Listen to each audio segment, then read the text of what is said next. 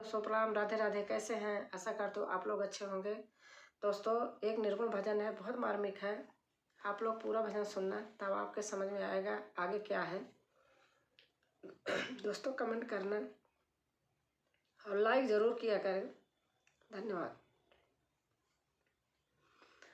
आईली ससुर से खबरिया, दिल में हो गईली फिक्रिया।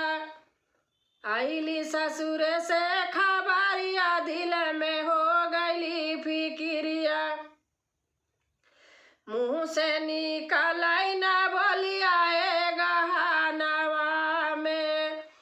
मुँह से निकल न बोलिया गहनवा में।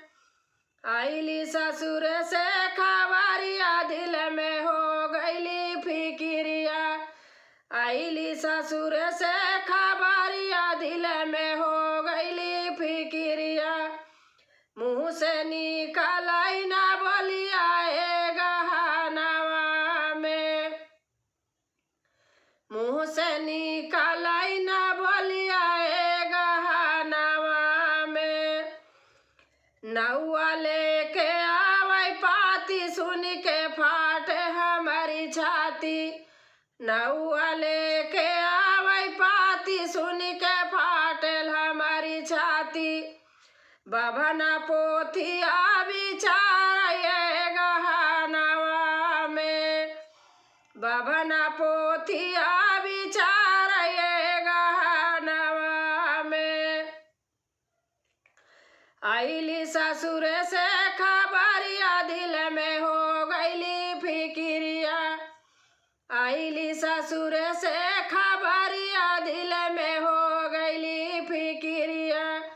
मुँह से निकल न बोलिया गहनवा में। मुँह से निकल न बोलिया गहनवा में। आई है ससुरु जी हमार, लेके डोलिया कहार। ससुरु का मतलब ऊपर के पिता परमेश्वर जो है। आई है ससुरु जी हमार, लेके डोलिया कहार। ओह पे ललका हरवाए गहनवा में। ओह पे ललका हरवाए गहनवा में। आई ससुर से बरतिया, देखे 40 सखिया। आई ससुर से बरतिया, देखे 40 सखिया। गाव गीतिया से लाचारिया गहनवा में। लाचारी और गीत गाने का मतलब कि जो आते हैं बहुत रोते हैं, उसको बोलते हैं कि गीत गा रही हैं। आई ससुर से बरतिया, देखे 40 सखिया। गाव गीतिया से लाचारिया गहनवा में। गाव गीतिया से लाचारिया गहनवा में।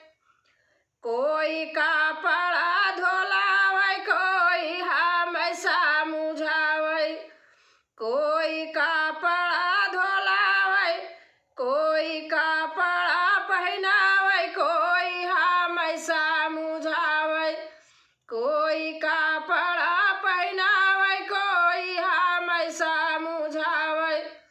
कोई अतरा लगावे चुनरिया में। कोई अतरा लगावे चुनरिया में। भैया भौजी का बोलावे, भौजी आंसुआ बहावे। भैया भौजी का बोलावे, भौजी आंसुआ बहावे। मैया कहाँ बेटी बिछुड़ल मोर नगरिया से। मैया कहाँ बेटी बिछुड़ल मोर नगरिया से।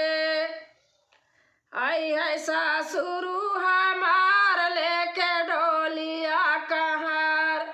आई है ससुरु हमार, लेके डोलिया कहार। सब पहुँचाई दी है ससुर के भवनवा। ससुर का भवन शमशान घाट होता है लास्ट का। एक बार ब्याह होता है, एक बार ब्याह अगर सुहागिन लेडीज है तो उनका ब्याह फिर अंतिम बार में उसी तरीके से ब्याह होता है, उसको कहते हैं। आई है सासुरु हमार लेके डोलिया कहार। आई है सासुरु हमार लेके डोलिया कहार। सब पहुँचाई दी है ससुर के भवनवा में। सब पहुँचाई दी है ससुर के भवनवा में।